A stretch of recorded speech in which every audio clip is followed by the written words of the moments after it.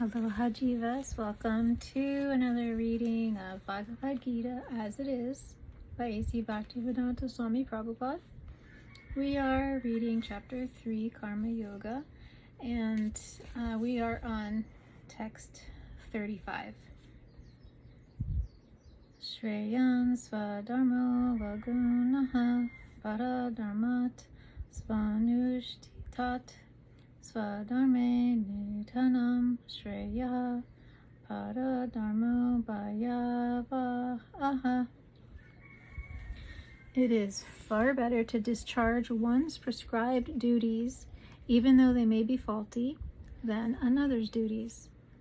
Destruction in the course of performing one's own duty is better than engaging in another's duties, for to follow another's path is dangerous.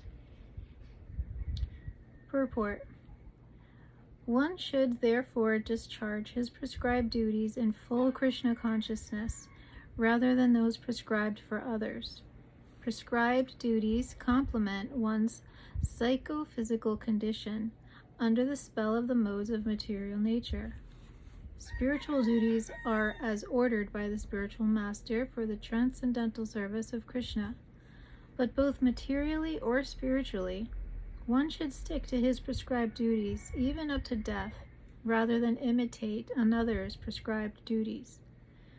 Duties on the spiritual platform and duties on the material platform may be different, but the principle of following the authorized direction is always good for the performer.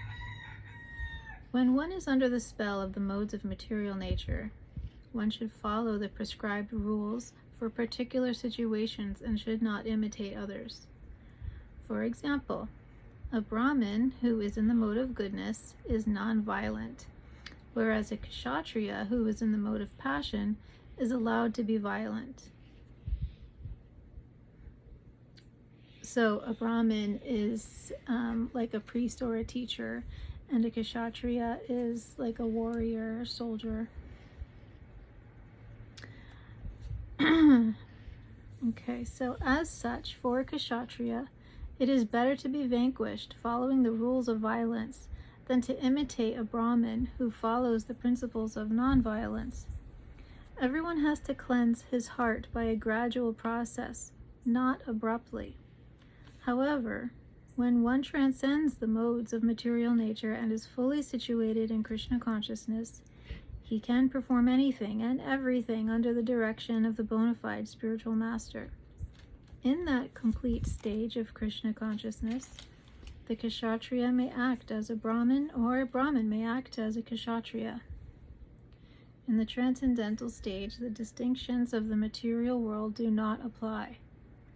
For example, Vishvamitra was originally a Kshatriya, but later on he acted as a Brahmin, whereas Parashuram was a Brahmin, but later on he acted as a Kshatriya. Being transcendentally situated, they could do so, but as long as one is on the material platform, he must perform his duties according to the modes of material nature. At the same time, he must have a full sense of Krishna consciousness. So we've talked about this before, about how every individual has their own natural inclinations. Oftentimes it's evident from a young age, a very young age.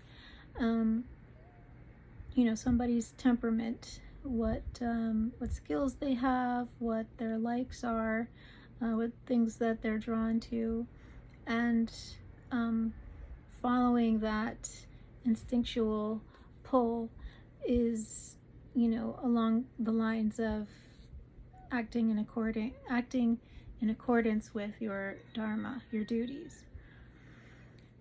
So you will likely find that if you are, experiencing stressful work, or overwhelm, or distress, happiness, not happiness, but you're just not fulfilled with your career or whatever it is, you're likely not doing you're doing what it is that you feel naturally inclined to do. But I mean, at the same time, if you're a householder, especially, you are obligated, you have a duty to maintain your home and your family. And so, it's okay to do whatever you need to do in order to fulfill those duties and responsibilities. But one should still try to at least practice, a spiritual, some type of spiritual practice that is in line with your natural inclinations.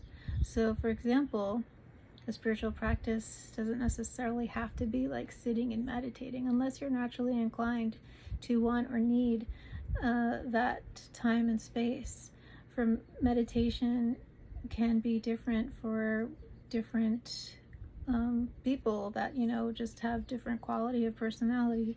So it might be a walk in nature, or doing yoga, or playing basketball, whatever it is that kind of lets you practice being one-pointed and connecting with that, with your soul, with the Paramatma that's alongside your soul at your heart center, and giving yourself the opportunity in whatever form that is to listen to the guidance that is an inspiration that bubbles up from within, that still small voice.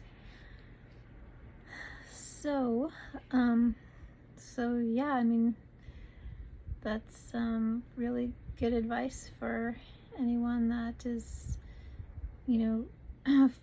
finding that they're just unfulfilled in their work environment, to really take the time to ask themselves what it is that they've enjoyed, especially, looking back at when you were a child, when you didn't have obligations, and, what were those things that interested you back then, and, try getting back to those things, even if it's just, on the weekend or whatever it is, to, nourish yourself.